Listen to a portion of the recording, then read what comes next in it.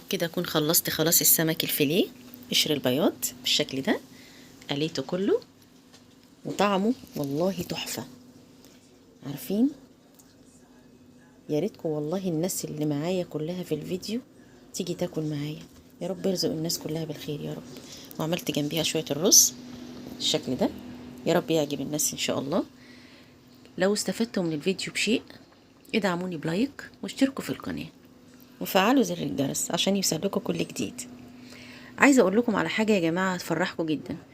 انا القناه بتاعتي فاتحاها بقالي 3 سنين والحمد لله الارباح بتاعتها وصلت 32 جنيه.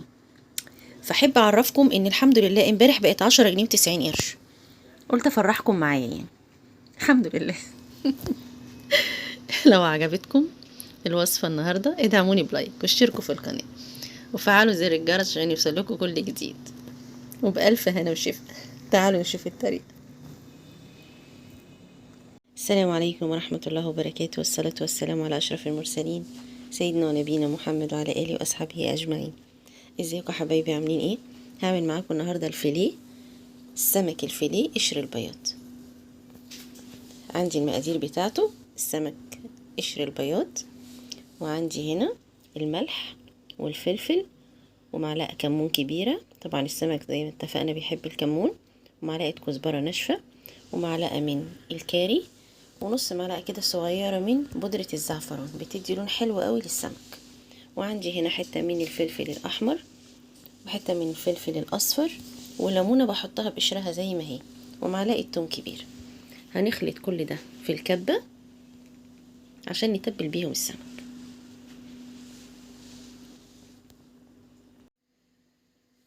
كده عندي تبلت السمك بالشكل ده. ضربت كل المقادير اللي قلتلكوا عليها في الكبة وتبلت بيها السمك كده.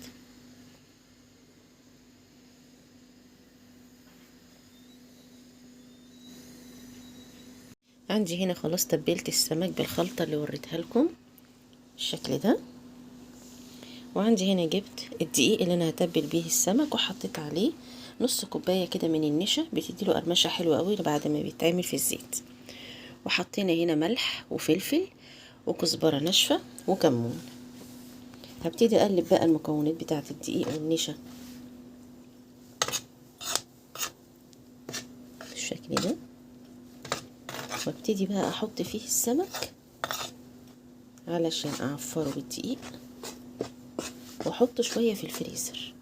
اي حاجة بتقليها في الزيت وعليها كفر من بره حطيها في الفريزر ان شاء الله حتى ربع ساعة 10 دقايق، هتخلي الكفر اللي بره ده ما ينزلش في الزيت كله بالشكل ده.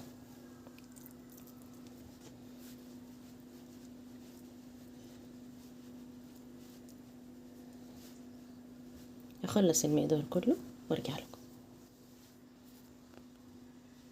طبعا عندي هنا السمك بعد ما عملته بالدقيق دخلته في الفريزر حوالي ربع ساعة او نص ساعة. المهم ان انتي تدخليه الفريزر شوية عشان لما تيجي تقليه في الزيت الكفر اللي عليه ما ينزلش.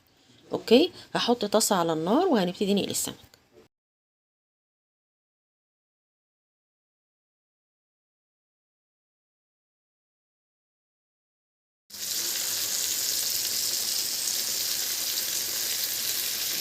تعالوا هنا بقى نعمل شوية رز للسمك. عندي بصلتين كبار قطعتهم بالشكل ده،